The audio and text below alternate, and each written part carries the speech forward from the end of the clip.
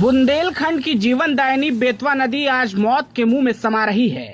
वजह है झांसी जनपद के टहरौली तहसील के कुकर गांव में हो रहा अवैध खनन।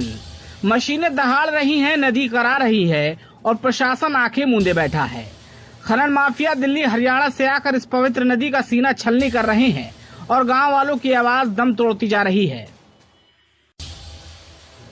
ये तस्वीरें झांसी की हैं, जहां बेतवा नदी की गहराइयों में 30 फीट तक खनन हो रहा है। गाटा संख्या 1 का खंड संख्या 2 में पट्टेदार को सीमित खनन की अनुमति दी थी, मगर असलियत में यहाँ हो रहा है खुला लूट, वो भी नदी की जलधारा रोककर। बेतवा अब सिर्फ नदी नहीं रही, अब वो एक जंग का मैदान बन चुकी है, जहाँ लालच, सत्ता और माफिया तांडव कर रहे हैं। दिल्ली के एक खनन पट्टेदार ने कुकरगांव घाट को निजी लूट का अड्डा बना डाला है। करीब 50 से ज्यादा मशीनें दिन रात नदी की छाती को छलनी कर रही हैं। गांव वालों की शिकायतें अधिकारियों के दरवाजे पर दम तोड़ चुकी हैं। हालात इतने खराब हैं कि गांव के जानवर तक नदी में गिरकर मर रहे हैं। अगर आप सोचते हैं कि प्रशासन कुछ करेगा तो जरा रुकिए, यहाँ शिकायत करने वालों को ही खामियाजा भुगतना पड़ रहा है। गाँव वालों को दिल्ली और हरियाणा से आए असलाहधारी गुंडे धमका रहे हैं।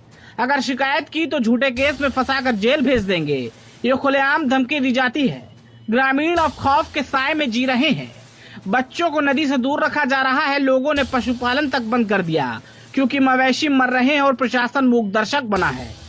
इस अंधेरे में थोड़ी सी रोशनी तब दिखाई दी जब झांसी के जिला पंचायत अध्यक्ष पवन गौतम खुद मौके पर पहुंचे। उन्होंने देखा कि नियमों की धज्जियां उड़ रही हैं। पत्र लिखा गया निदेशक भूतत्व एवं खनिज कर्म को, लेकिन अब तक कोई ठोस कार्रवाई नहीं हुई। गांव में हर रोज जल जीवन संकट में है। बेतवा की पारिस्थितिकी तंत्र नष्ट हो रही है। नदी का प्रवाह रोका जा चुका है और आने वाले समय में ये गांव पानी की एक एक बूंद को तरसेगा। सवाल ये कि क्या बेतवा नदी अब सिर्फ मुनाफे का जरिया बन चुकी है? क्या ग्रामीणों की आवाज सिर्फ चुनावी भाषणों तक सीमित रह गई है? और सबसे बड़ा सवाल, क्या एक पट्टेदार के आगे झांसी का पूरा प्रशासन झुक गया है? बेतवा सिर्फ एक नदी नहीं, बुंदेलखंड की आत्मा है और अगर यही हाल रहा तो जल्द ही नक्शे पर सिर्फ उसकी यादें बचेंगी, जलधारा नहीं।